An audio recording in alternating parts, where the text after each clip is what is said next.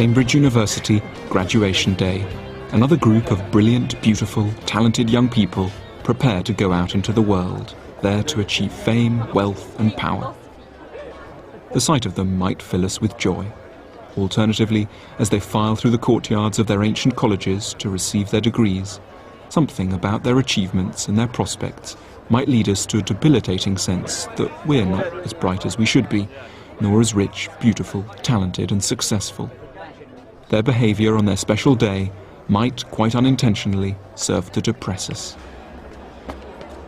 If we're struck by such feelings of inadequacy, there is one philosopher to whom we should turn.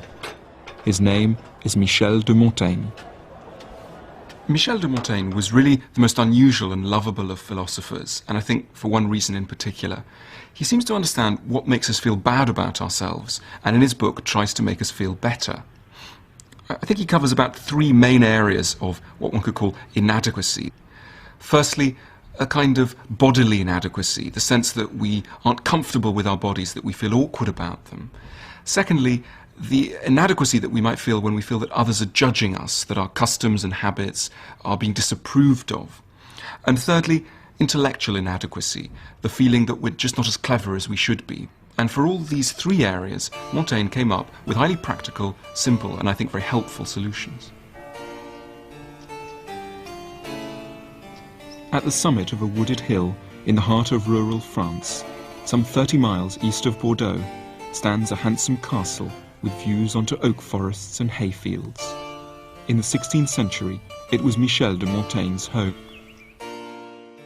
Montaigne was born in 1533, and from the outside, his class and achievements might seem more likely to intimidate us than rescue us from a sense of inadequacy. He was a nobleman, a lawyer, a friend of the King of France, and twice mayor of Bordeaux. But at the age of 38, Montaigne decided to retire to his castle to spend the rest of his life here, reading, reflecting, and writing. At first, he didn't know what to write about, but he gradually hit upon a revolutionary idea: to write a big book on a subject he was uniquely placed to understand, himself. He set out to tell us exactly what it was like to be Michel de Montaigne. When one hears that Montaigne lived in a castle like this, and that he was the mayor of Bordeaux for 2 terms, and that he's a philosopher, one might come across certain sort of prejudices. One might imagine the kind of man he was, the kind of things that we'll find in his book. But I think what's remarkable, and for me deeply moving and charming about his work, his most famous work, the Essays, is that actually its contents are nothing like the typical philosophy book. That Montaigne wanted in this book to, as it were, redraw the whole portrait that we have of what human beings are. Most books didn't seem to Montaigne to really reflect human experience. They edited out all sorts of aspects. What Montaigne wanted to do was to bring these aspects back in, which is why he spends an awful lot of time in his work talking about the kinds of things that most philosophy books leave out. For instance, the penis. He tells us that he wants to talk a lot about his penis. He says, "Every one of my members, each as much as another, makes me myself, and none makes me more properly a man than that one. I owe to the public my portrait complete." And it was Montaigne's goal in his essays to insert into our normal conception of what a human being is all these aspects that are actually a part of our reality but never get mentioned in philosophy books. If we take away one lesson from Montaigne, it's about the dangers of being intellectually arrogant. And Montaigne, when he was writing in his study, had one way of trying to keep his own feet on the ground. He had a set of 57 short inscriptions, culled from the classics and the Bible, painted up on the ceiling, so that when he was writing, he could look up and be reminded of some essential truths. Here we have a quote. It says, "Have you ever seen a man who thinks he is wise? You have more to hope for from a madman than from him." And over here there's another quote I very much like. It says, "Do not be wiser than necessary, but be wise in moderation. Everything is too complicated for men to be able to understand.